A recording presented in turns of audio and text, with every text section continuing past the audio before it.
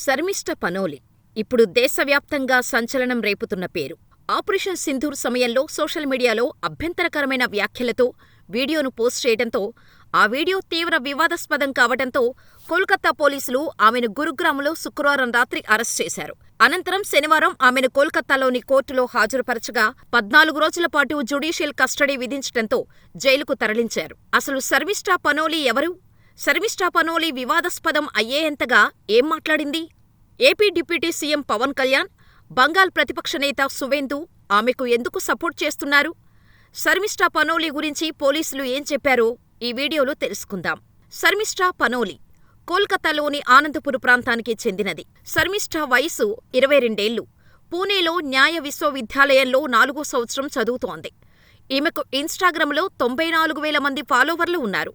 శర్మిష్ఠ పనోలి ఎప్పుడూ సోషల్ మీడియాలో యాక్టివ్గా ఉంటూ, రాజకీయాలకు సంబంధించి తనదైన శైలిలో స్పందిస్తూ తన అభిప్రాయాలను బలంగా చెబుతోంది.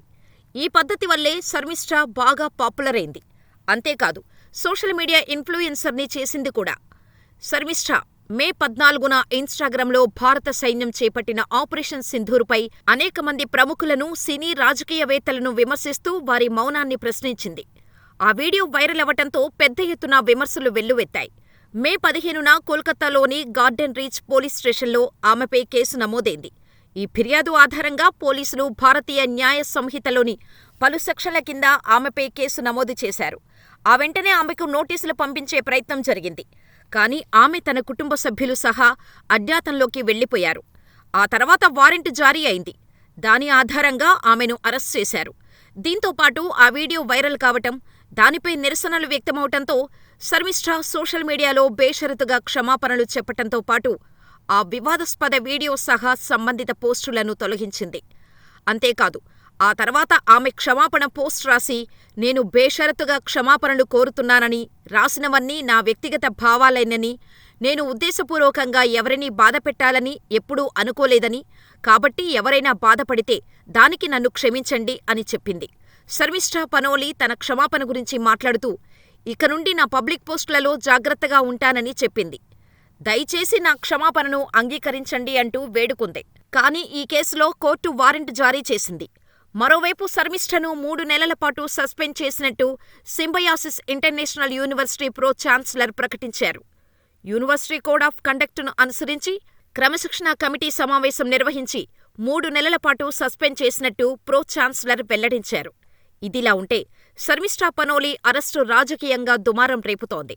ఆమె అరెస్టును ఖండిస్తూ ఆంధ్రప్రదేశ్ డిప్యూటీ సీఎం పవన్ కళ్యాణ్, బంగాల్ ప్రతిపక్ష నేత సువేందు ఆమెకు సపోర్ట్ ఇచ్చినట్టుగా ఎక్స్లో పోస్ట్ చేశారు.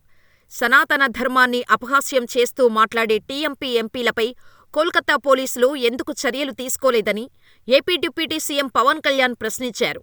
దైవ దూషణను ఎప్పుడూ ఖండించాల్సిందేనని, అయితే సెక్యులరిజం ఒకరికి రక్షణ కవచంగా మరొకరికి కత్తిలా ఉండకూడదన్నారు. బంగాల్ పోలీసుల తీరును దేశమంతా గమనిస్తోందని ఎక్స్లో పోస్ట్ చేశారు. ఇక పశ్చిమ బెంగాల్ ప్రతిపక్ష నేత సువేందు అధికారి, టీఎంసీ అధినేత్రి మమతా బెనర్జీ, మంత్రి ఫిర్హాద్ హకీం, ఎంపీ మహువా మైత్రి ఒక వర్గానికి చెందిన దేవుళ్లను కించపరిచినా వారిపై ఎందుకు చర్యలు తీసుకోలేదని, రామనవమి, హనుమాన్ జయంతి రోజున శోభయాత్రలపై రాళ్లదాడి జరిగినప్పుడు పోలీసులు ఇంత వేగంగా ఎందుకు స్పందించలేదని ఎక్స్లో పోస్ట్ చేశారు. శర్మిష్ఠకు న్యాయం చేసేందుకు సీనియర్ న్యాయవాదులు కృషి చేస్తున్నారని తెలిపారు. అంతేకాదు, నెదర్లాండ్స్ పార్లమెంటు సభ్యుడు గీర్ట్ వైల్డర్స్ శర్మిష్ఠకు ఎక్స్లో సపోర్ట్ చేస్తూ, కోల్కతా పోలీసుల చర్య దేశంలోని వాక్ స్వేచ్ఛకు భంగం కలిగించే విధంగా ఉందని, పాకిస్తాన్ గురించి నిజాలు మాట్లాడినందుకు ఆమెను శిక్షించవద్దని రాసుకొచ్చారు.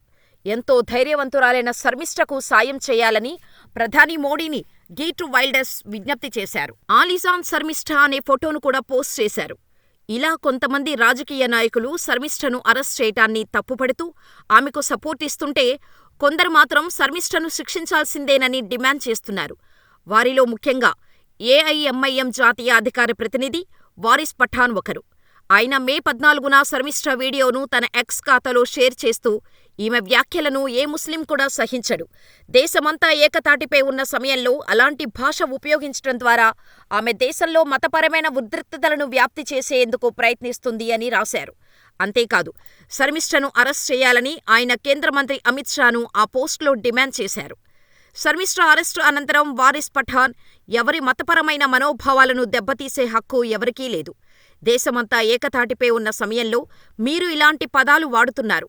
దానిని సహించబోం అంటూ కౌంటరిచ్చారు. ఇదిలా ఉంటే ఆపరేషన్ సింధూర్కు సంబంధించిన పోస్టు ద్వారా శర్మిష్ఠపై పలు సెక్షన్ల కింద కోల్కతా పోలీసులు ఎఫ్ఐఆర్ నమోదు చేశారు. శర్మిష్ఠకు, ఆమె కుటుంబ సభ్యులకు లీగల్ నోటీసులు ఇచ్చినా హాజరు కాలేదని, పైగా కుటుంబంతో కలిసి ఎక్కడికో వెళ్లిపోయారంటూ కోర్టుకు తెలిపారు. దీంతో కోల్కతా న్యాయస్థానం శర్మిష్ఠకు అరెస్టు వారెంట్ జారీ చేయటంతో ఆమె గురుగ్రాములో ఉన్నట్టు ట్రాక్ చేసిన పోలీసులు శుక్రవారం అరెస్ట్ చేసినట్టు వెల్లడించారు.